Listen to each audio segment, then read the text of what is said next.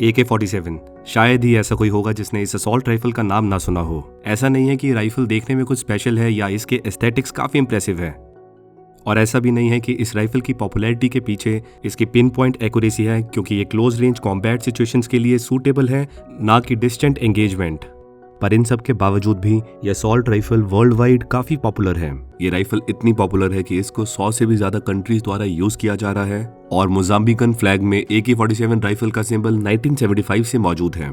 AK-47 की popularity के पीछे क्या कारण है, ये समझेंगे आज की वीडियो में, और साथ ही इंडियन आर्मी द्वारा यूज की जा रही AK-47 की बात करेंगे। AK-47 राइफल को ओरिजिनली 1947 में बनाया गया था, और इसका रशियन नाम है एवटोमेट कलाशनिकोवा, जिसका मतलब होता है ऑटोमेटिक कलाशनिकोवा। इस नाम में कलाशनिकोव और कोई नहीं बल्कि AK-47 के डिजाइनर मिकाइल कलाशनिकोव ही है, और क्योंकि इस डिजाइन को 1947 में बनाया गया था, इसलिए इस राइफल का पूरा नाम पड़ा AK-47। ऐसा इस गन में कुछ खास नहीं है, ना ही ये वर्ल्ड की सबसे एक्यूरेट असॉल्ट राइफल है।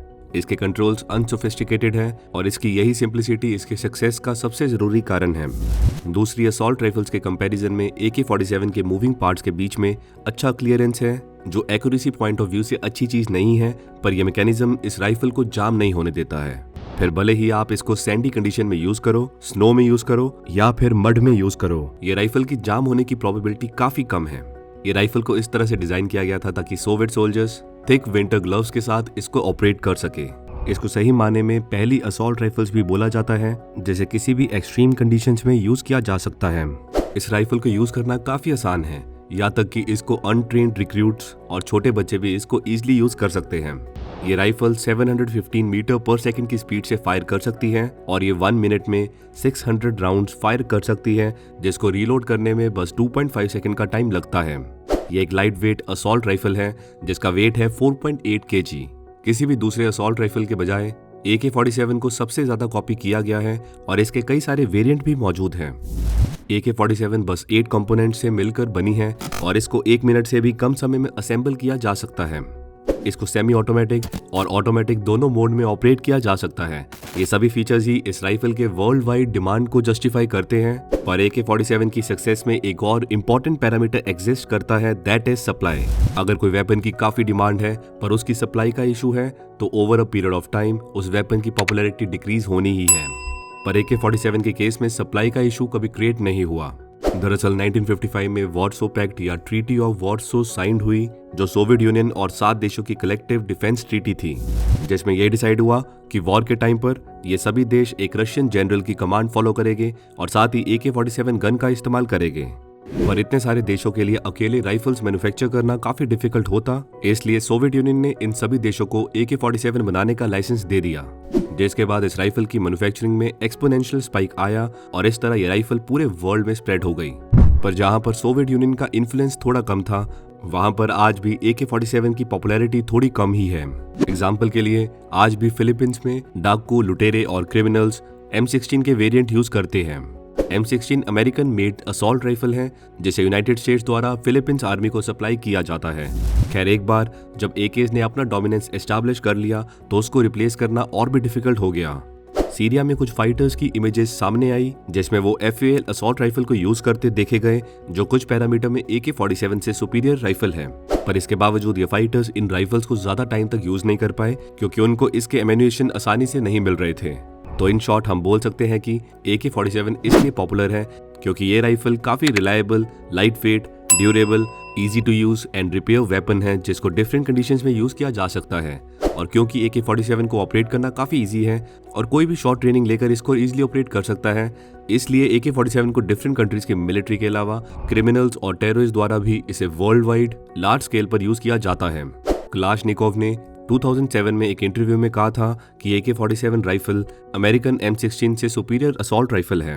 उन्होंने आगे बताया कि वियतनाम वॉर के टाइम पर अमेरिकन सोल्जर्स अपनी M16 को फेंक देते थे, और मरे हुए वियतनामी सोल्जर्स की AK-47 और बुलेट्स कैरी कर लेते थे। AK राइफल्स की फैमिली में कई सारे वेरिएंट्स मौजूद हैं, जैसे 1959 में सर्विस में आई AKM, that is automatic Kalashnikov modernised. इसके बाद 1974 में लॉन्च हुई AK-74, इसके बाद AK-101, 103, 105, AK-12, AK-15, AK-200, AK-203 और AK-19। Indian army and AK-47। Indian army पिछले कई सालों से इंसास राइफल्स को एक्सटेंसिवली यूज कर रही है और इवन इन राइफल्स को 1999 कारगिल वॉर में भी यूज किया गया था।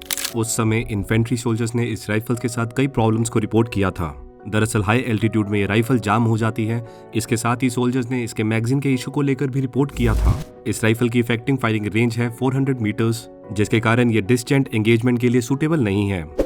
5.56 × 45 mm इंसास राइफल्स को single shot 3 round burst mode और ऑटोमेटिक मोड में ऑपरेट कर सकते हैं। सिंगल शॉट में at a time single bullet fire होती है, 3 राउंड बर्स्ट मोड में at a time 3 bullet fire होती है और ऑटोमेटिक मोड में कॉन्टिन्यूसली बुलेट फायर होती है।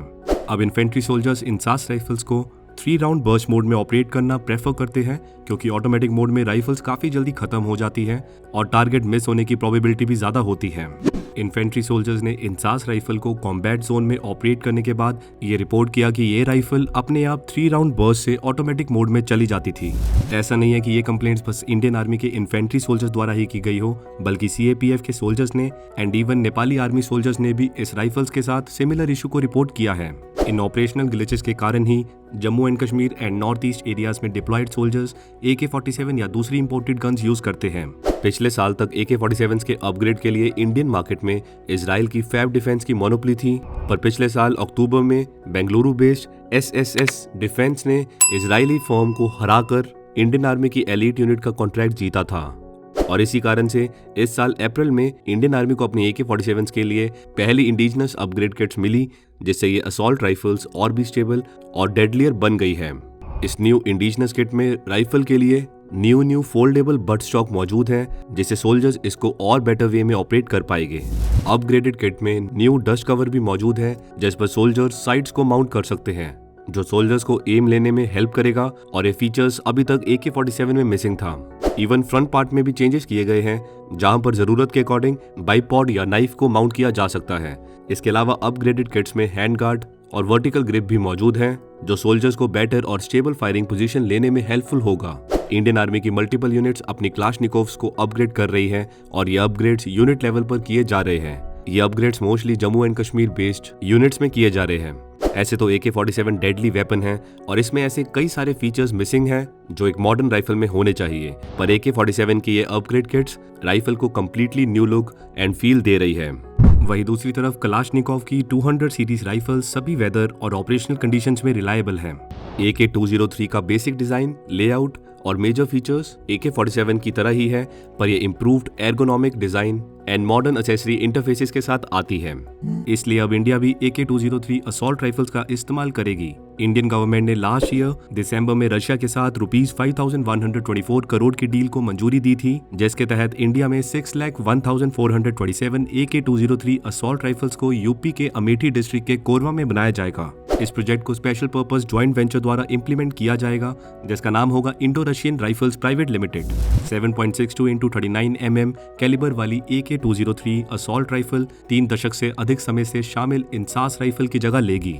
इन असॉल्ट राइफल की इफेक्टिव रेंज 300 मीटर्स है। ये काउंटर टेररिज्म और काउंटर इंसर्जेंसी ऑपरेशंस में इंडियन आर्मी की ऑपरेशनल इफेक्टिवनेस को बढ़ाने में मददगार होगी।